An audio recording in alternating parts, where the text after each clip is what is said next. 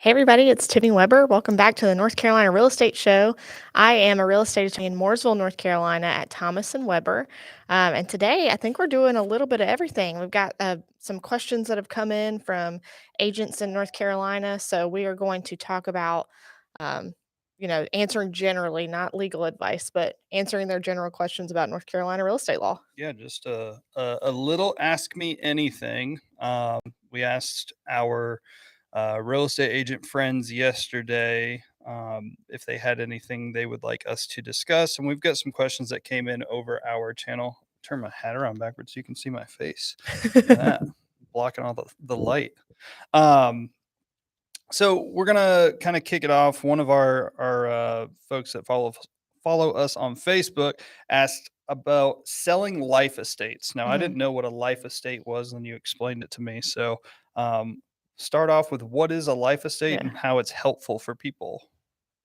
So, first off, a life estate is I'm going to talk about some hypothetical people. So, I think this will help everybody follow along a little better. Imagine Susie Seller.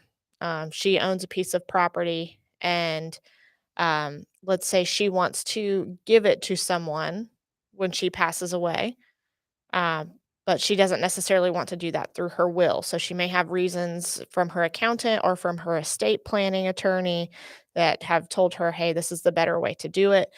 But what she's decided to do is give the property to the other person. We'll call it Bob Buyer, or no, the, the remainder person. So Robbie Remainderman.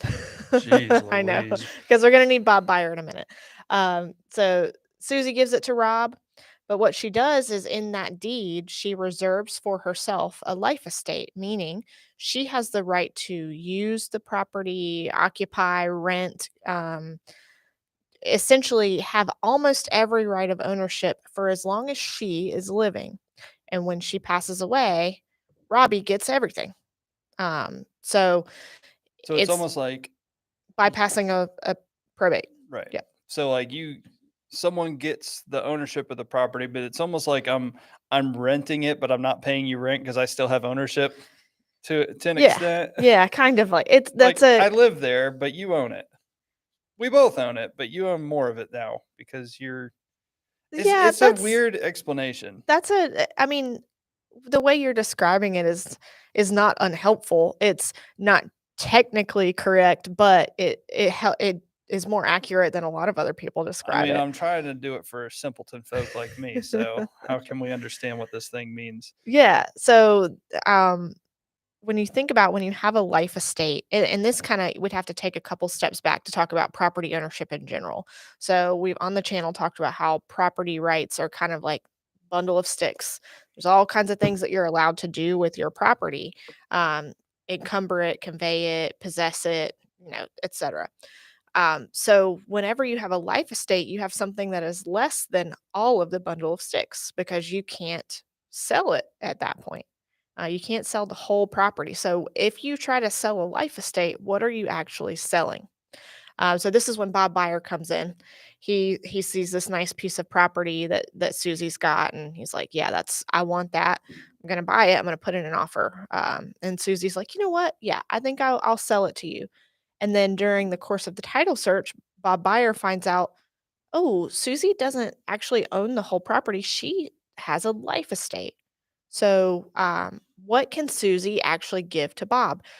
In general, when you own property, or if you have some interest in property, you can only give away what you have. So if you have less than full fee simple ownership, then you can only give that. So Susie has the right to use and enjoy the property during her life. So would she technically sell the property that She of would be her selling the her ri ownership stake in the property She to doesn't have an ownership stake, she has a mm, life estate, so she is selling the right to use the property for her life to Bob. interesting. So what Bob would be buying is the right to use the property during Susie's life. Bob's betting on Susie living forever. Yes, he sure is. So that's why you don't see life estates really bought and sold too often, because of that, because you're betting on someone living a very, very long time. So if you have a life estate and you want to sell property, then what Susie in this example would need is she'd need to get Robbie to join in. and sell his interest in the property as well. So you, as a buyer, wouldn't obtain fee simple ownership to the property from buying a life estate unless the remainder interest joined in the conveyance. Mm, interesting. Very interesting. Yeah, The life estate thing really blew my mind when you were explaining it to me because I've that never sounds like heard it of it. still is. I mean, it still is. I've never heard of it. It just doesn't seem.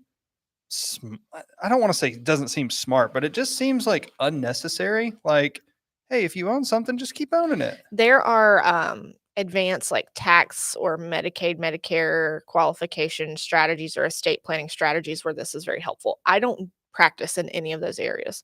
So, for just a straight up dirt lawyer's perspective, um, I guess it could be used to avoid probate if that's the case, but here's where it gets tricky. Um, say you are doing this truly just as a probate avoidance strategy, but then something happens during your life where you need to sell the property. What if your remainder interest doesn't agree? You can't sell. All you can sell is your life estate, and really nobody wants to buy the right to use Yeah. property for someone else's life. So if your remainder interest, or worst, that person's spouse doesn't want to agree to sell, then you're completely out of luck. Yeah. Now, another thing that comes up is like, okay, let's say life estate owner and the remainder interest do agree to sell, but they're like, well, how do we figure out who gets what of the sale proceeds? It's a similar thing whenever you're figuring out how to apportion the capital gains, or the 1099s, etc. They're like, life insurance people understand this, probably like the actuarial tables where you figure out the life expectancy. There would be a percentage assigned to the life estate owner and the remainder interest based on their age and life expectancy. So the value of a life estate is much higher when the life estate owner is 20 Hmm. and the remainder interest owner is 90. But what if the 20-year-old is adventure thrill seeker, I don't know if that's factored in. like It might just Russell be. Branson. I don't know. Yeah, I that's don't know the who this. Virgin Mobile guy. That's like Oh. eccentric billionaire. Mm. I mean, I don't know if that's factored in. Maybe it is. Maybe it should be if it's not.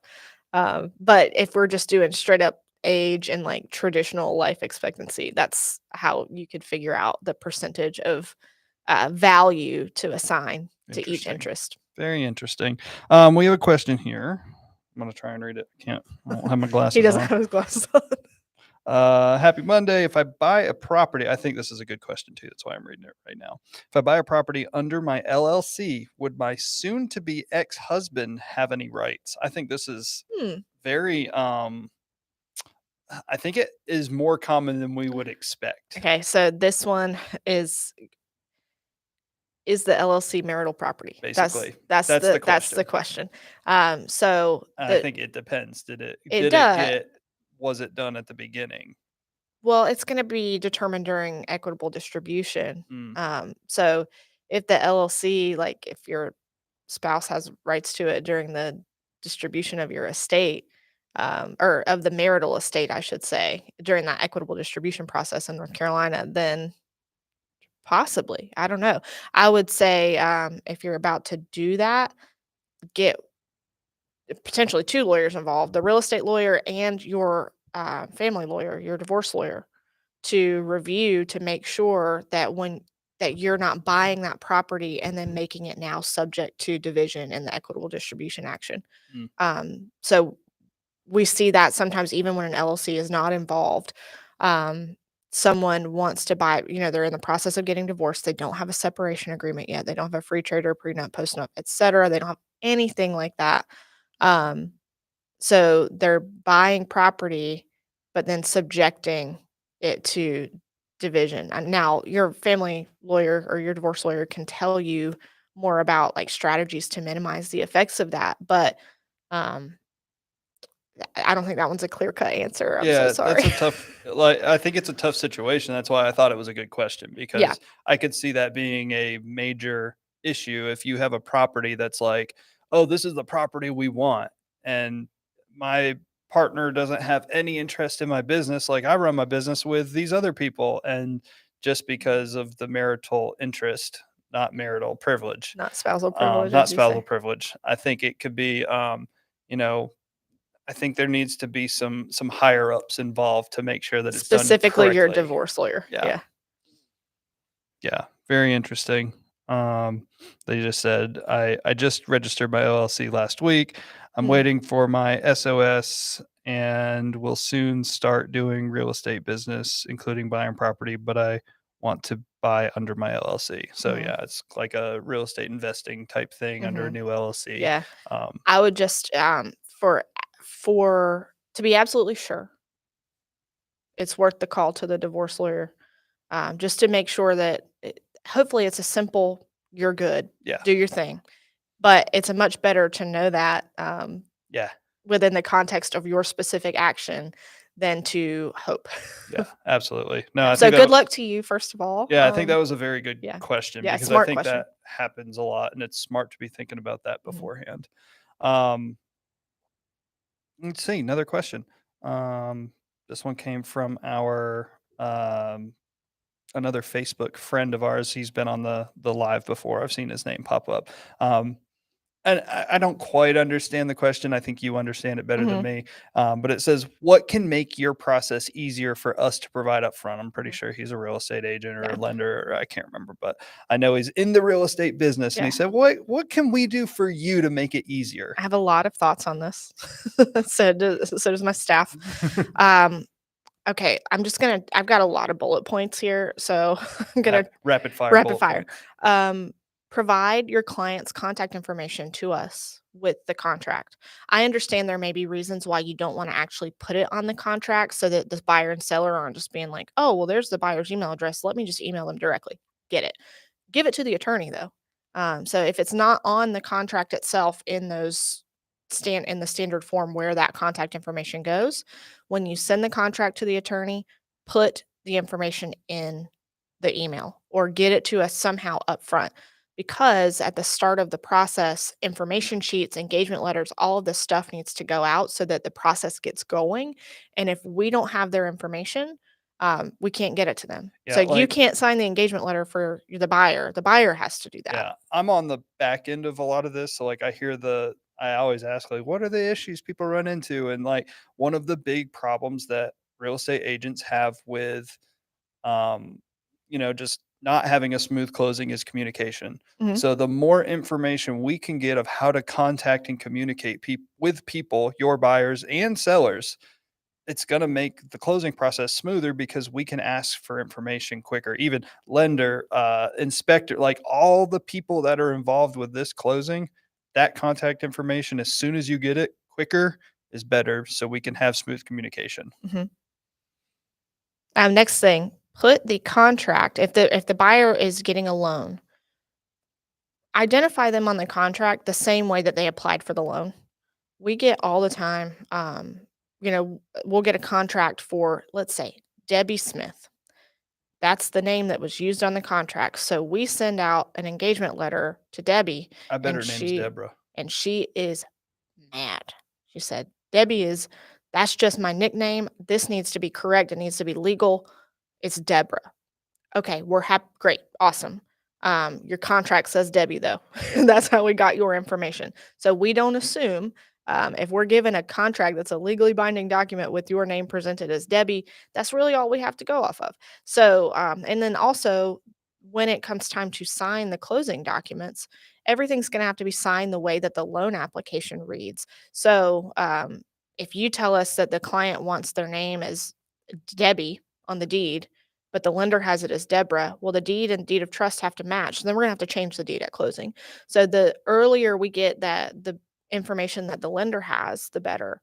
So the easiest way to do that is find out how your clients applied for the loan or intend to apply for the loan, how they're going to have their names on that loan application, and make that how you put the contract. And like, don't think that that's a bad thing of asking them, like, "Hey, how's your name going to be correct?" So we can make sure that it's Yeah. correct, and you don't have to have redone paperwork. Like, Yeah. it's actually good. They think Hmm. that you're an expert when you do Yeah. stuff like this. Well, and another thing to think about too is at closing, how many times do you have clients say, I never use my middle name. I never sign my middle name. I don't even know how to write this in cursive. Um, Okay, well, the reason why the middle name is on there is because it was given to the lender on the loan application. So whenever the lender asks for the client's name, if they don't want to use their middle name, say to the lender, "Hey, do I have to use my middle name, or can Yeah. we keep the middle name off of this, or just use the initial or whatever?" So there's another pro tip there. Next thing, if you have copies of the old survey for the property that you obtained during this process of going under contract or title policies, send it to us. If you have a copy of the old survey, that can be incredibly helpful in resolving any potential legal description errors. The title policies we send out for copies of them whenever we start the title search process. But it's not every agency will have a copy. So if you've got a copy of the title policy, that helps a lot with the title search. Next thing, will all parties be at closing? Tell us that. If you know that going up front, that there is 0 chance that your buyers can be at closing and it has to be a mail away, tell us then. Don't tell us 4 days before closing, like, "Oh, by the way," or the day before, "Oh, we need to just set this up as a mail away." It's not just to just set it up. It's a lot more that goes into Mhm. it than just that. Next thing, if you're negotiating a seller credit, involve your lender in that process because I think it's really common now that sellers want to see that there's a qualified buyer, meaning they've already identified their lender and given information to the lender.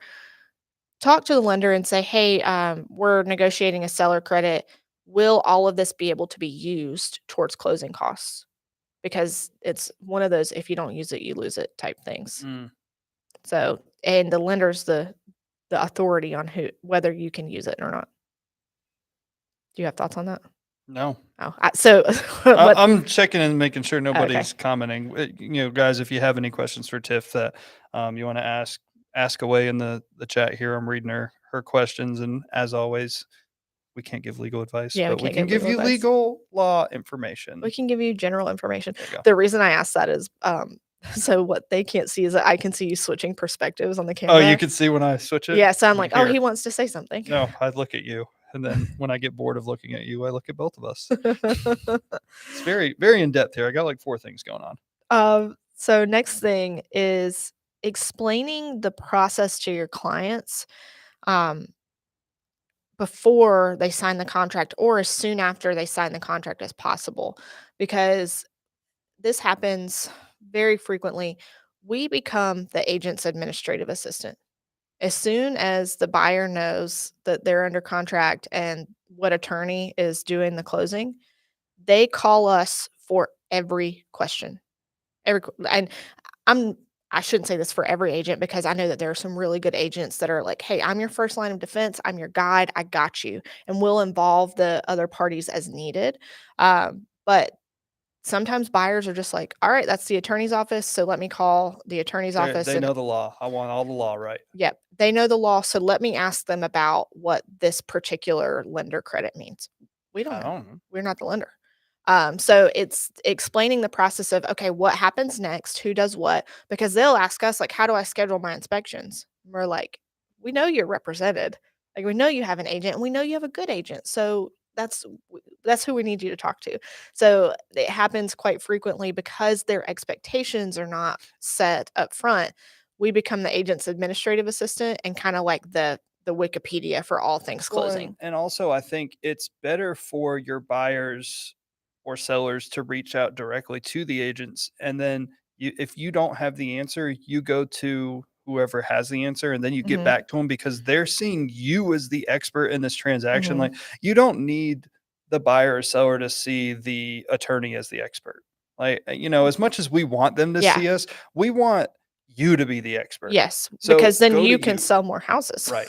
So, like, we're not the ones selling more houses. We don't need to be heroes in front of your buyers Yeah. and sellers. We just need them to say, like, they closed it. Good job. Mhm. Like, we want them to go back to you with every Yeah. real estate question they have, We want to be, a key member of the support team for you to help the buyer get to their goal. not your So support staff. not your supports yeah, not your administrative assistant. So, like, buyer is hero, you are their guide, and we're just part of the team that helps you Yeah. get them to their We're just final. we're the final step, really. The last step at the top of the staircase. Yeah, something like that. And so Also, in that vein, set expectations too, meaning make sure your buyer knows at every point in the process they're not getting out of wiring their funds in to the closing. You cannot bring a suitcase of cash. You can't bring a You certified cannot check. bring personal checks. I mean, there's a very, very small amount that we can accept for a personal check. Say that you're supposed to wire 50,000, or say you're supposed to wire 51,000 and you wired 50,800. We can take a personal check for $200. That can be worked out, but it's very, very small amounts that we can accept. All other funds have to be wired because they have to be irrevocably or irrevocably. I don't know how to say that. I think it's either way, credited to the trust account Well, before we can record. and there's many checks and balances that happen. Like it goes through their bank, it goes through your bank, it goes through the trust account, then it goes back. Like there's so many lines of defense when you wire versus, not. Well, It's helpful. it's more so the funds coming in as a wire is to speed up the process and make sure that the funds can't be like essentially that you can't spend the money after you've written the check Right. type thing. Right. So it's got to be cleared in our account before we can record. So that's one thing, set expectations about wiring funds because we've had clients that have been told repeatedly wire the funds from our office, but then they got to the bank and the bank was like, "Oh, you can only send it," or they try to do it on their phone and they can only do 25,000. So they call their agent. The agent says, "Oh, just go get a check." No, if you got to go to the Or bank, they'll be wire like, it. "It's $20." You know what? $20 costs doing business on this one. If you Yeah, wanna buy this house, unfortunately, you're gonna have yeah, to spend the $20 at your bank. you Some of are. them, not all banks do this, but some Yeah. of them do. And then also on the other end of that, set the expectation for when does the seller get paid. The seller does not take a check at closing. Um, we still deal with that. The seller saying, "Oh, they can't have the house till I get my check." That's not how what the law says in North Carolina. Uh, so in fact, the deed's going to record, and at that time, the buyer will be entitled to possession, and then funds can be dispersed. So the law doesn't say record, and then the funds are instantly in your account, and then once they're in your account, the buyer can have the house. That's it. Just it's not practical, and so the law reflects that it's really not possible in most cases. In fact, I can't really think of any case where that's possible. So those are some of we kind of already hit on this. Know who to call for what. So knowing who the expert is on a particular topic.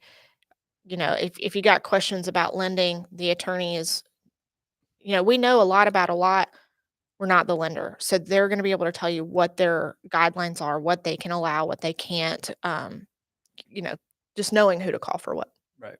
So, I mean, the big things that I hear is like get your people's information, everybody that's involved with the closing, get that information to the closing attorney so we can make sure we can get information back as quickly as possible. Hmm. Set clear expectations of who is the expert in what and call me as real estate agent, not calling your other people. I'll be able to handle it faster because they want to talk to me faster than they want to talk to you.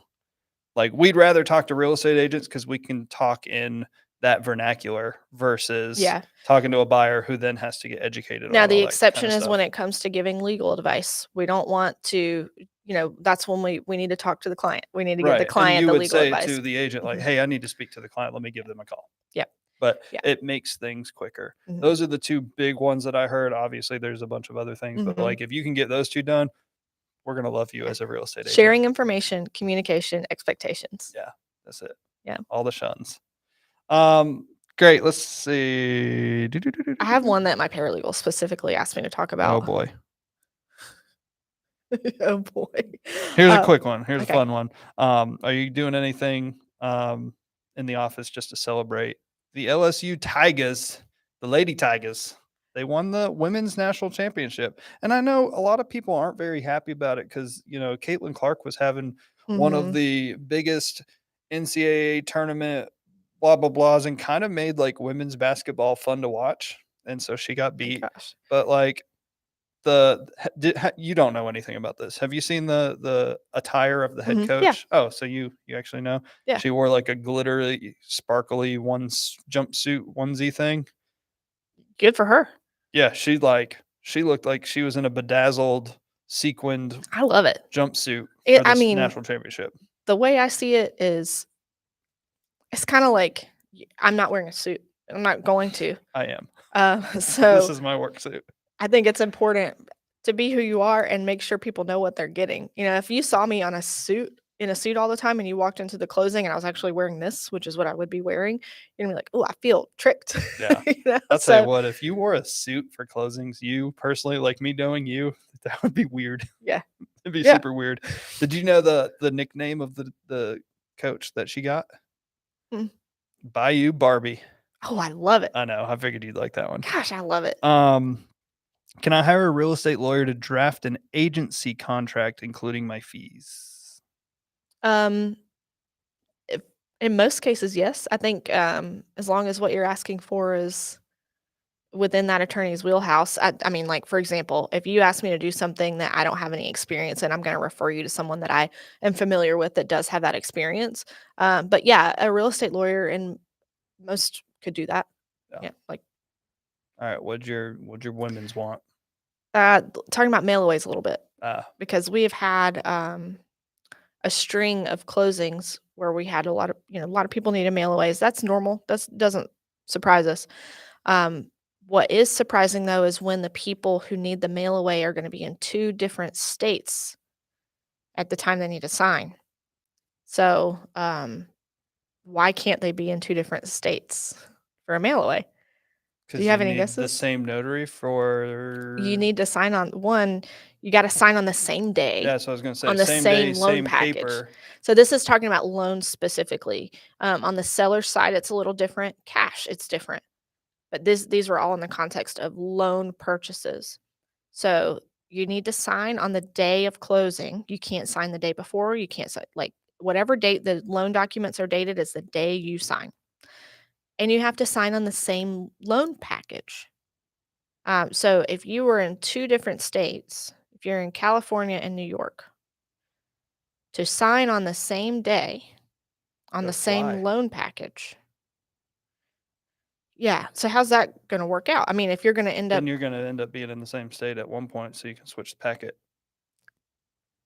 see, so people don't always like that answer, so they'll try to find other ways of like, surely this can be possible. Why can't we do this? And this has more to do with the lender than us. And this is like, okay, lenders either are already planning to sell the loan or retain the right to sell your loan.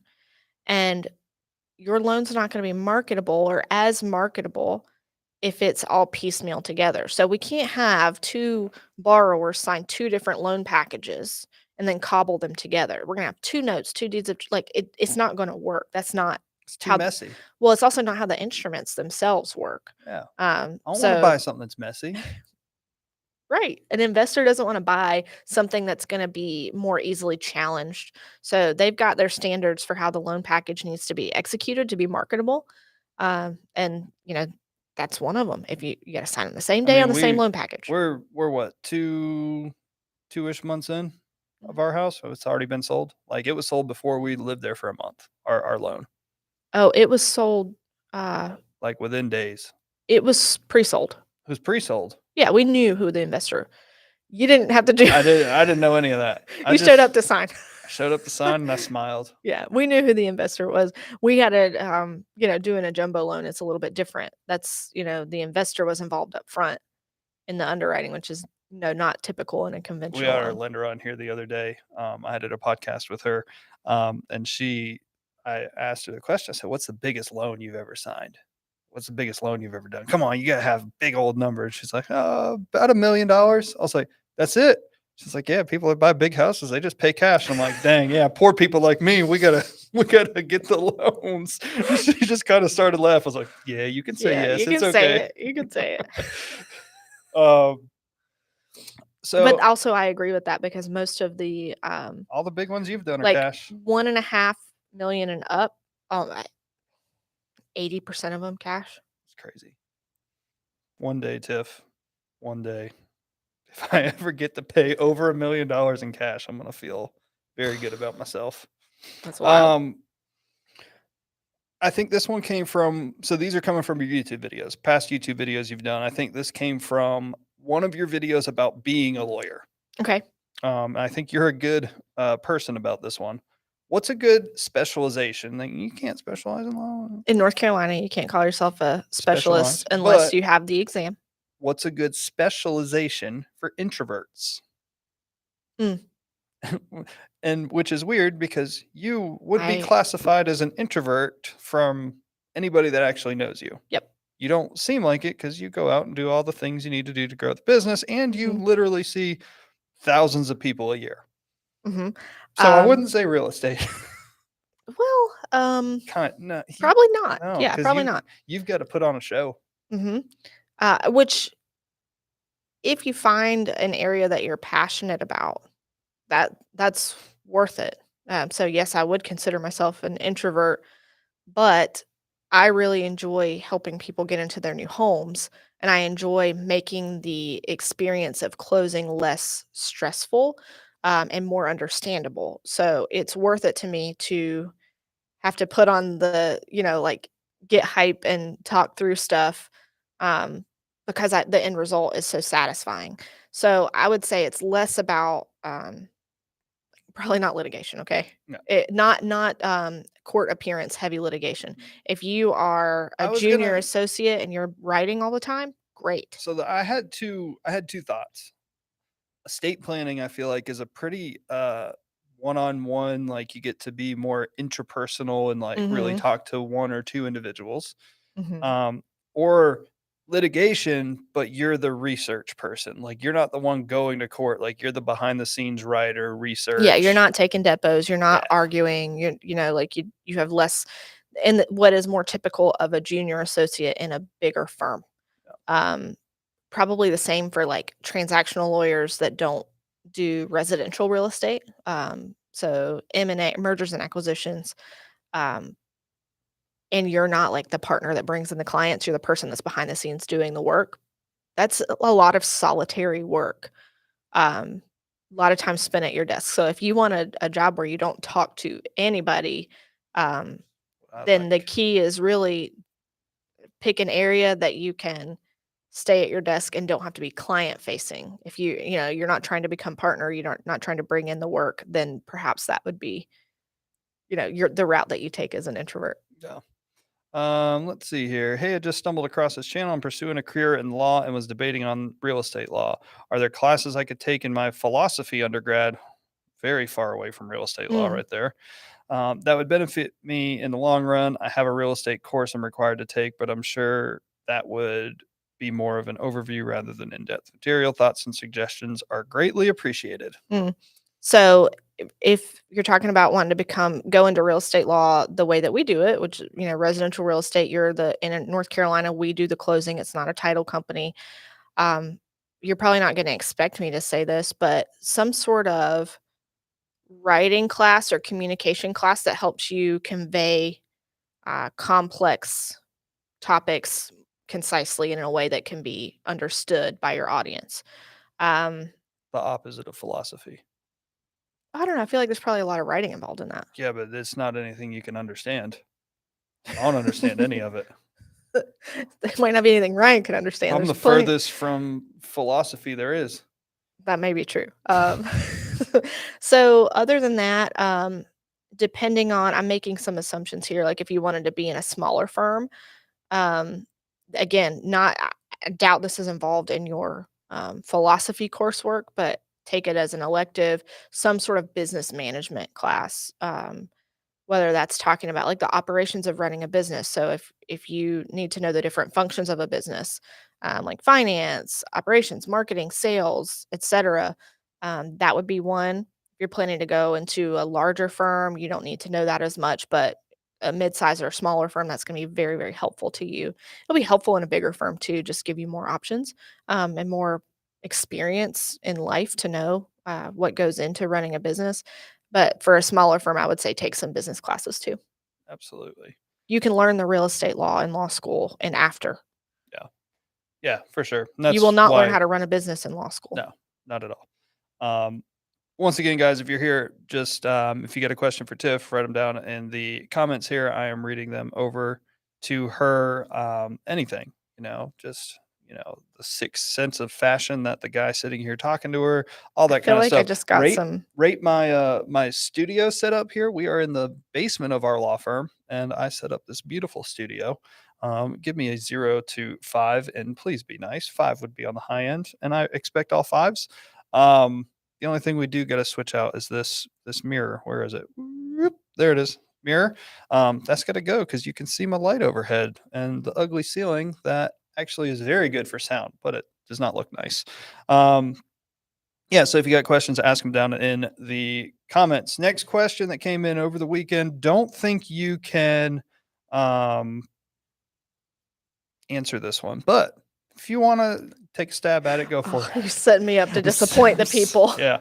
Um, I would have read this going through your stuff and been like, "Guy, we can't respond to this," but I am not the lawyer. I don't know. I'm trying to buy a piece of land in Texas, and I was told by the seller that they just received an email from a historic district that there may be a historic gravesite on the land. Should I risk buying this still? LOL. One, you can't answer in Texas. You Texas. have no idea. Two, this sounds like a real estate investing question, and like Well, you're not a real estate investor to know I, if it's I a good can't answer deal. the question, but it raises questions to consider. So, like, if this was in North Carolina and So somebody, Christopher, our lovely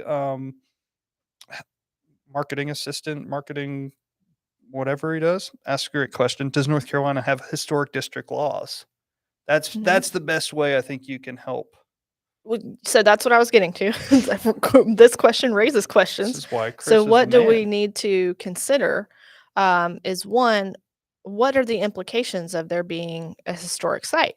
So, like, if this was in North Carolina and you're buying the property in North Carolina and you were told, oh, this is a historic property.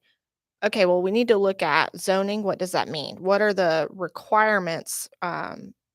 What are the things you're no longer allowed to do with that property because of its designation as Yeah, historic? usually it's like you can't change or alter certain pieces of the outside of the house because of all the historic needs Yeah. the same out exterior painting or whatever Depends it on may the be. county that you're in. Yeah, It depends on a lot of things, but there are going to be that designation lots of brings with it, restrictions. yeah, brings with it some things that you I've been cannot do. listening. So you need to think about what is it that you wanted to do with the property and what can you no longer do with the property because you found out that it's historic. And if those two things overlap, Yeah, probably not I mean, why buy a property you can't do what you want with? It's the end. the end. Yeah. Um, Someone asked on here, "Are we in Raleigh?" No, we're in Mooresville, North Carolina. Mhm. This is near Lake Norman. Near Lake Norman. We're on We're Lake Norman. we are Yeah. on the lake. Um, so on Lake Norman, we're about 45 minutes or so north of Charlotte. We're about 3 hours south-ish of Raleigh. Mhm. So we're kind of basically Charlotte, greater outside Charlotte area. Mhm. So we work a lot in Charlotte, Concord, Huntersville, Davidson, Cornelius, Mooresville, Statesville. We Statesville, got 10 counties 10 around the counties lake that we around work here with. that we do closings with. Mhm. Um, And when e-closings open up, we'll be everywhere in North we'll be Carolina. everywhere in North Carolina. Last question I got from our YouTube channel from this weekend. Always wondered if you can petition a judge to grant you a property that's been abandoned and the assessor's office took out the ability to pay taxes. I believe the property should have been sold in a tax sale, but it never was. Do you know if this is possible? So that there is a mechanism to go to court and ask for a property to be declared yours. It's called a quiet title action, but you need to have some rights in the property. So you're going to have to be able to demonstrate that it should be yours. So if in my experience, if you are someone who just saw a property and you're like, I want that property, but I have no way to acquire it, highly unlikely that you're going to petition, file your quiet title action and be able to demonstrate that you are in fact the rightful owner of the property. So, quiet title is best used whenever you have an interest in the property that falls short somehow. Like maybe the deed wasn't perfectly drafted or there's just some other defect that needs to be resolved. Or you actually don't have defective title, but someone is challenging you to claim that they have a superior interest to you. So the quiet title action would be to settle that and identify through the court system who is the rightful owner of the property. So there is a way. So to answer the question, can I petition a judge? Meaning, can I file a lawsuit in North Carolina to establish that a property is mine? Yes. Will you be successful on those facts? I have no idea. So you know the facts. Yeah, you're gonna have to be able to demonstrate to the court that you are the superior owner of the property. Yeah. Excellent.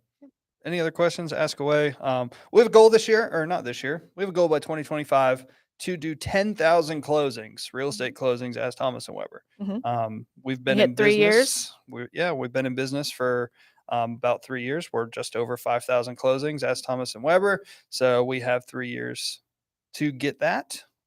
Would love help if you guys want to. So Mhm. if you want to Who close, wants to be part of it? yeah, and we were talking, I think last weekend about it, and we had a good idea where if we do close 10,000 houses by that time, we would like to build our second Habitat house Mhm.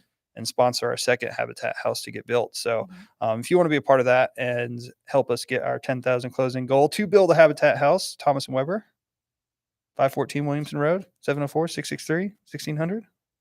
ThomasandWeber.com? ThomasandWeber.com. Hit all my bar rules, even though Yeah. I'm not the lawyer here, but make sure Tiff can continue practicing. Yep. Um, yeah, Tiff, anything for the crowd today? I don't think so. I like the mailbag segments because then nobody has to get bored of listening to me get nerdy on one topic for too long. Yeah, extreme nerdism, that's for sure. Yeah, I know. I'd like with my notebook and my bullet points and I mean, I stuff. had my notebook. Well, I I love thought that you can see Kennedy's face in the can you? image. Yeah, my background is our daughter's just her fat face. Just Speaking of our daughter, yeah. she's probably ready. Yeah, she's ready. She's here today. We were trying to have her on the podcast, and then I realized I was wearing her on the baby carrier and went to pull the microphone, which was right in front of her face, and was like, that's not going to work because you're just Nope. going to hear, blah, blah, blah, blah, blah, Yeah. Or screaming. So, or yeah, we're either gonna or. go find out if she's screaming right now. Yeah. Great. Well, we appreciate you guys. Tiff, Thanks, outro it so everybody. we can have a good podcast outro. Thanks, everybody, for listening to the North Carolina Real Estate Show. I'm Tiffany Weber at Thomas and Weber in Mooresville, North Carolina, and we will catch you on the next episode. What a celebrity. Look at her go. Thanks, guys. Bye, See you guys. later.